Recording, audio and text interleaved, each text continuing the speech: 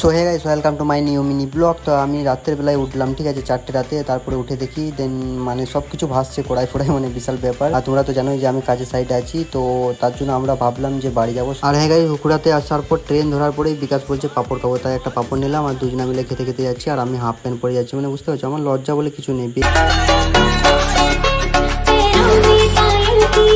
Guys আমরা নেমে গেছি, 3 কিলোমিটার এরকম যেতে হবে হেঁটে।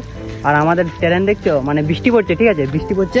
আর আমাদের ছাতা কিন্তু ব্যাগের মধ্যেই দেখো ভরা আছে। মানে এগুলো লেজেন্ড ট্যালেন্টার লোকরাই এরকম কাজ করে, আর কেউ করে? মানে স্টেশন থেকে কাজের সাইডটা হয়েছে 5-6 কিলোমিটার এরকম কিছু।